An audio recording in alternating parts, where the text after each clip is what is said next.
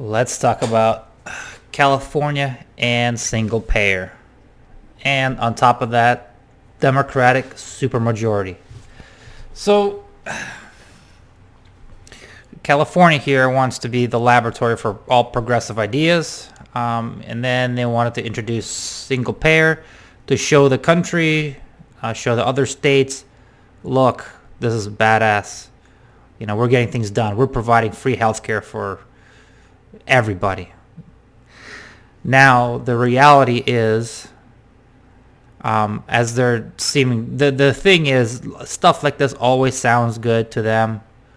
But when you actually, although this basically can only be done on a federal level, unfortunately for them, because the federal government can print money, can go into crazy debt, and because the U.S. dollar is the reserve currency of the world, they can pull a lot of shenanigans. Even though the gravy train will eventually end, even the current entitlements that we have on the books right now for people retiring is going to be like around $100 trillion within the next 20, 30 years. I mean, that's all the money that all the billionaires and the millionaires combined. This all probably, and it's not, it can't be inflated away by just printing more money because it's actually services, but that's a different story. I mean, even the federal government with the printing press is tapped out. Yet, California was going to pass this single-payer healthcare, but unfortunately, a lot of them, they don't really care about how much the details in a way, like how much this is going to cost. If I need like unfortunately, this political article, it's short on the details because I'd love to see the actual details of single payer. How much of doctor compensation would they have to cut? Like, what are their estimates? But as far as the tax revenue, incredible. They would have to double taxes. California is the highest tax state in the union, and then they would have to double that, which would make the exodus, I mean, I wish they would have done it. That would make the exodus so much more spectacular. But hey, the people that are left, they might get you might get some DMV style free healthcare. Yeah, so double taxes, and on top of that, that wouldn't even come close, or that would it would still come short. They would still need other revenues, which is so incredible. On the other hand, many people are predicting this next year, the coming years, might be the era of even blue states cutting taxes because of with the rise of work from home, Zoom, people being able to migrate easier. Even blue states might have to compete for citizens. So the article goes into the unceremonious collapse of California's single-payer healthcare legislation without so much as a vote has left desperate for answers. Instead of serving as a liberal model for national Democrats, Sacramento ended up this week in the same place as Washington with a single-payer bill that galvanized the party's left flank but gained little traction as moderates balked and powerful opponents closed ranks. The result has demoralized progressives and demonstrated the boundaries of their influence, even in a state like California where Democrats control more than 2/3 of the legislature. Well, if it could have been done, they would have done it. Because Gavin Newsom in California, they love to give away money. So if it was, I'm sure he's keeping mum about it because he doesn't want to get voted out, or he can understand that he has a lot of progressive supporters and he doesn't want to like blow half of his support. But he can't just come out and say like, hey, we commissioned a study and I know I ran on this, but this is unfeasible. We can't do this. This is too much, unaffordable. The bill's failure illustrates what an uphill battle we have ahead of us. David Campos, a California Democratic Party official, a single payer. And this like doesn't... I know a lot of people in California that are getting free health care. If you make a certain amount of money, you get free care. Why do they need to go through this outrageous program where everybody gets free care? It's like a lot of people in California can afford their own health care. Why does that have to be a government takeover of this? California Democratic Party official and single-payer advocate who is running for state assembly. I think we need to figure out where we'll go from here as a progressive movement. Although I gotta hand it to progressives. I mean, they just don't give up and are relentless. If the healthcare defeat is just the latest setback in progressives movement amid signs the party is recalibrating its stances on policing and criminal justice. Oh yeah, and not to mention,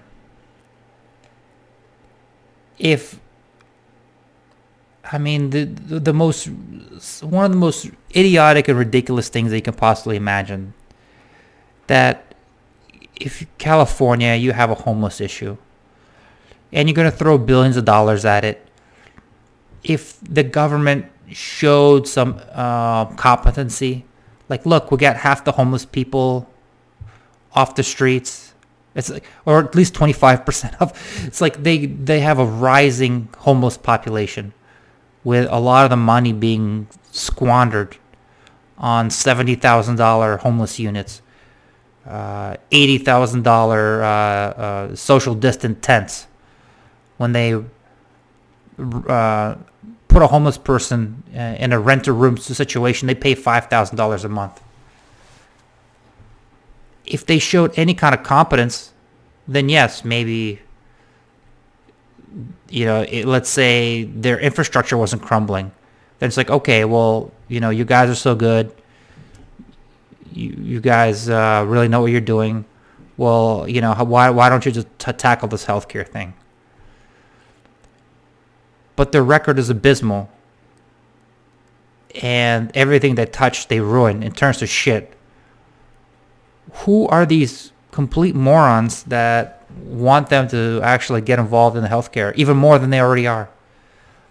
Elected officials from San Francisco to New York City have ramped up their tough on crime rhetoric in response to an uptick in violent and crime incidents. How is that going for you? How's the... Why is there an uptick in crime? Is this completely preventable? That's not to say you can't make some criminal justice reform.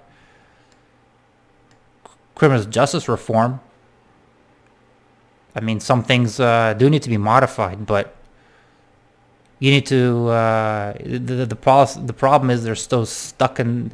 It's not like Lee Kuan Yew or something where like you're not dogmatic. You have some ideas, you make a policy change, and it's not working. We're going to be flexible, and we're going to cut what's not working, and we're going to try something else. Like no, these people are forever stuck in their ways. It's, if it means letting just criminals go so they can reoffend, well, that's what ideology calls for. That's what they'll keep on doing. The national reckoning over policing, and its particular, the Defund the Police campaign, appears to be losing steam in California. Yeah, I've always said this is not going to work. Because even the boogeyman Ronald Reagan, as much as he talked about cutting government, government spending went up under him. So even just them, the Democrats saying that they are going to cut some kind of fund for public sector thing. It's like, no way, they're not. This is just all for show. As soon as you kind of get any kind of crime up, any crime uptick, they'll be back to spending even more money. Any party rifts have deepened over the oil production ban. Oh God, who cares?